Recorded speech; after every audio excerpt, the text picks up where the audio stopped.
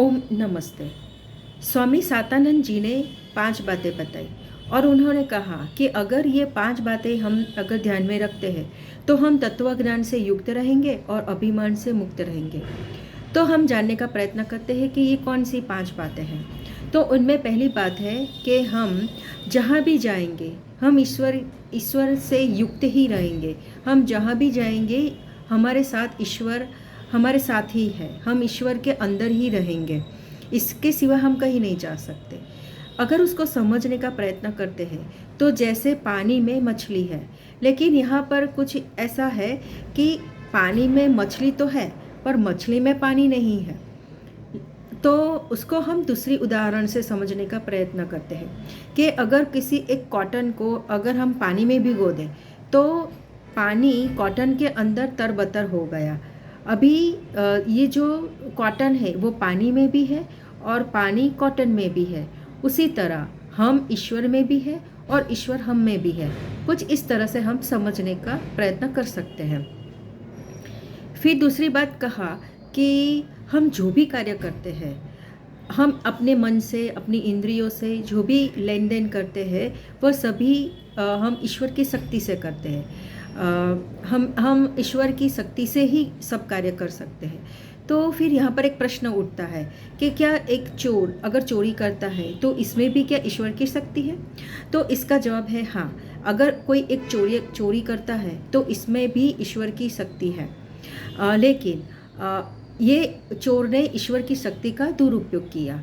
अगर हम ईश्वर की शक्ति का दुरुपयोग करते हैं तो ईश्वर उसकी शक्ति को छीन लेगा, और अगर हम ईश्वर की शक्ति का सदुपयोग करते हैं तो ईश्वर इसमें अपनी शक्ति और जोड़ देता है।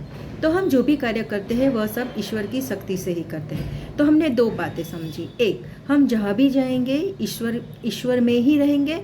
दूसरा, हम जो भी कार्य करते हैं वो ईश्वर की शक्ति से ही कार्य करते हैं। फिर तीसरी बात बताते हैं कि हम जो भी वस्तु देते हैं वह भी ईश्वर की वस्तु है, क्योंकि इस सारे ब्रह्मांड का मालिक परमपिता परमेश्वर है। तो ये सारी वस्तु ईश्वर की है। तो हम जो भी कुछ वस्तु देते हैं, हम धन देते हैं या फिर ज्ञान देते हैं, उसका मालिक ईश्वर है। तो उसका हमें अभिमान नहीं करना चाहिए। तो कहते हैं कि हमें दान पुण्य का कार्य करते रहना चाहिए, तो ही हम अभिमान से मुक्त रहेंगे।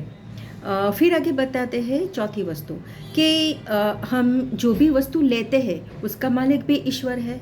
तो जब भी कुछ वस्तु अगर हम लेते हैं तो हमें हीन भाव भी नहीं रखना चाहिए, क्योंकि सारे ब्रह्मांड का मालिक परमपिता परमेश्वर है।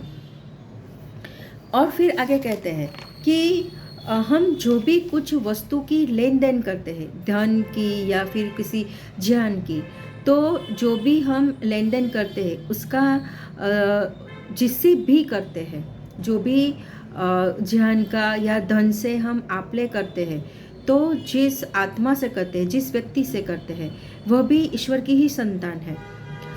तो हमें ये भी ध्यान में रखना चाहिए कि हमें किसी व्यक्ति से बात करते समय झूठ या कपट नहीं करना चाहिए। हमें प्रेम से, प्रेम पूर्वक, सम्मान से, आदर के साथ लेन देन करनी चाहिए। किसी व्यक्ति से अगर हम कोई धन की आदान प्रदान या ज्ञान की आदान प्रदान, किसी बात के आदान प्रदान करते हैं, तो हमें ये ध्यान में रखना चाहिए कि वह भी ईश्वर का ही संतान है।